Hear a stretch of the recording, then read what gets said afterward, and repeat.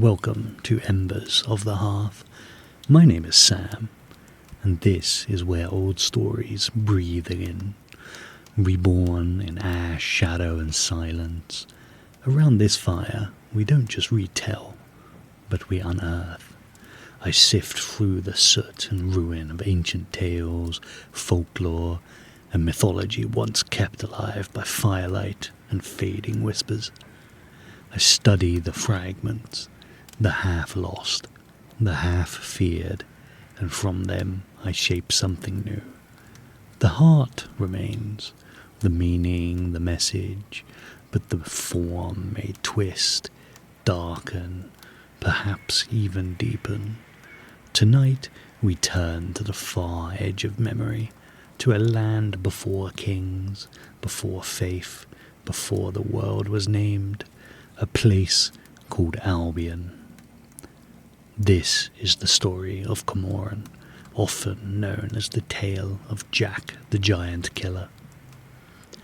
Before faith cast its pale shroud across Albion, before man had scribbled names onto its terrors, there was only primal darkness, the crushing weight of stone, the hungering maw of the sea. The land was silent, save for blood-soaked whispers carried on salted winds. No prayers troubled the air, no gods listened.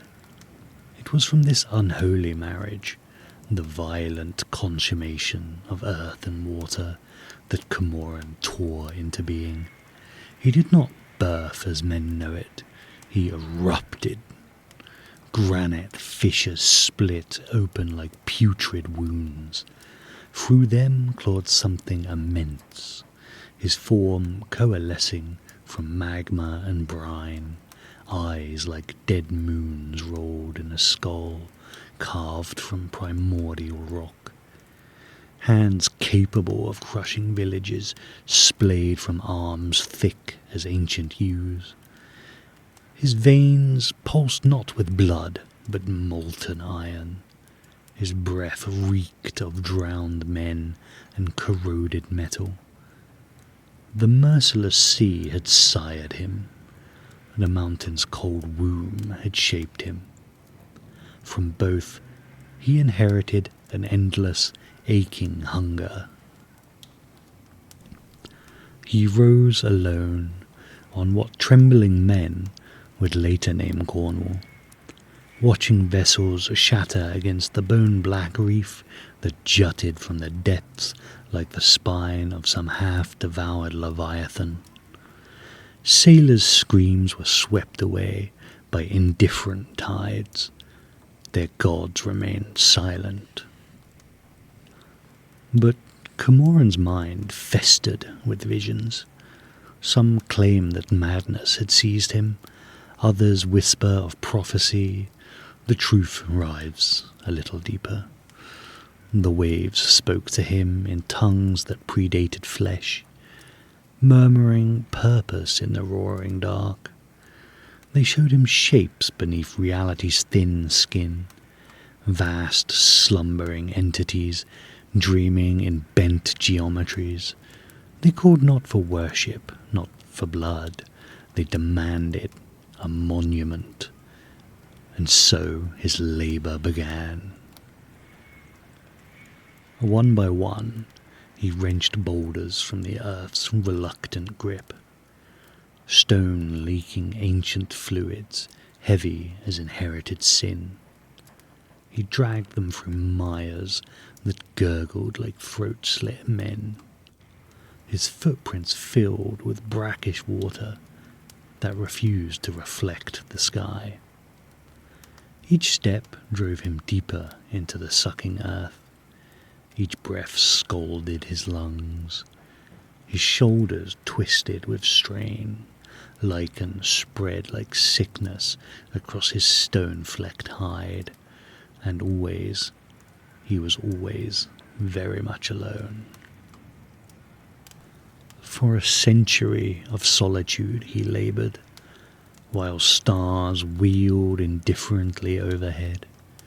When his work stood complete, The once jagged reef had vanished beneath his creation, a grotesque mount rising from the sea like the hunched back of something that should remain buried. Against twilight skies, its silhouette resembled a crouching beast, patient and malevolent. Karak Luz en Kuz, he named it, the grey rock in the wood. It was more than a throne. It was his insides turned outward, his ache given form. But creations born of suffering demand perpetual tribute. The mount drank from him, slowly, silently. It drained his vitality like a parasite, leaving him withered and hollow. His youth seeped into the stones, absorbed by porous granite that whispered for more, always more. The sea, once his father, recoiled from his touch. Tempests shrieked against his creation, as if nature itself sought to erase the blasphemy. The waters around the mount grew barren, crops blackened before harvest, earth shuddered beneath the weight of what he had disturbed. Ancient things shifted in dreams too monstrous for mortal minds. The exhausted giant felt the mount's hunger burrow into his own marrow, so he began to feed it. First, livestock, their blood soaked into the stone, disappearing far too quickly. Then cattle, their terrified lowing drowned beneath massive hands. But still the mount thirsted, until only human sacrifice would suffice. He stalked the mainland through midnight fogs that clung to him like shrouds. Massive fingers plucked villagers from beds still warm with life. Wagons vanished, whole hamlets woke to silence. Children whispered tales of the night treader, a shape vaster than houses, gliding with the mist, leaving behind only footprints filled with seawater too bitter to drink. Yet, even as he became a monster, Cormoran retained a fractured humanity. Salt tears carved ravines down his weathered face as he carried his struggling bounty across the causeway. His once mighty voice, now a raspy broken thing, sang cracked lullabies to those clutched in his arms. He carved crude companions into cliff faces, desperate facsimiles of fellowship. He spoke the forgotten language of stone to ease his isolation. The mount grew colder, the rocks wept crimson, and so did Cormoran. The boy arrived with winter's first bite, unassuming as frost before it claims a life. He was not chosen by prophecy. No divine winds whispered his name. Jack of Marazion was grief given shape, a narrow-shouldered, hollow-eyed. The mount had claimed his brother, snatched away in darkness. Jack heard the screams nightly, a sound that left him clawing at his bedding come dawn. In that grief, something terrible calcified. He did not rage.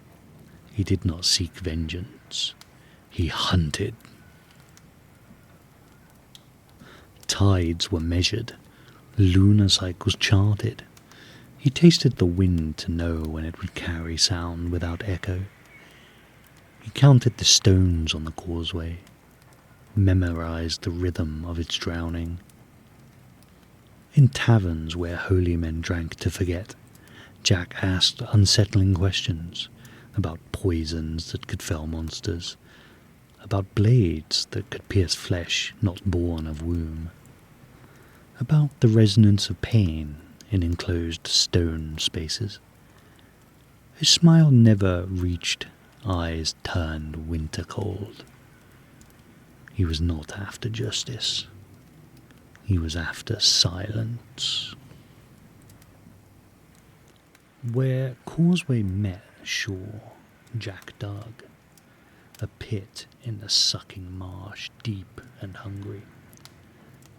Its floor bristled with spears fashioned from oak heartwood, points blackened with flame and dipped in poison, wrung from fungi that only grew beneath gallows. Around the rim he placed bones, some animal, some stolen from sanctified graves. One set belonged to his brother.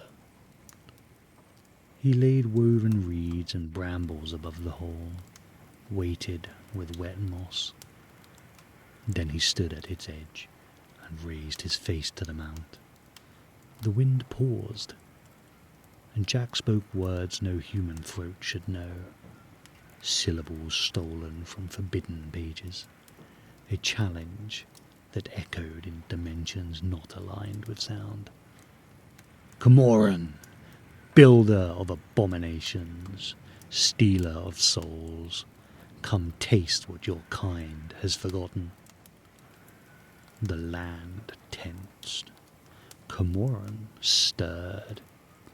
Even half blind with age and sorrow, the giant recognized the summoning. He rose from the mount as if drawn by a hook through his ribs. Each footfall shed dust from the stones he had laid, breath steaming like slaughterhouse vapours. He smelled the boy. He smelled the blood. He roared a name that cracked cliffs and charged. The earth yawned beneath him. He plunged like a falling star into darkness and teeth, bones shattered like old trees, stone flesh tore against poisoned spikes. His cry was not pain, but betrayal, a sound that shook the seabed as if the land that birthed him had conspired to end him. Jack stood at the rim, his face showing nothing. He slid into the pit, straddling the ruined titan's chest, raised his hammer. Once he smashed it down, and bone shattered. Twice, and the stone split.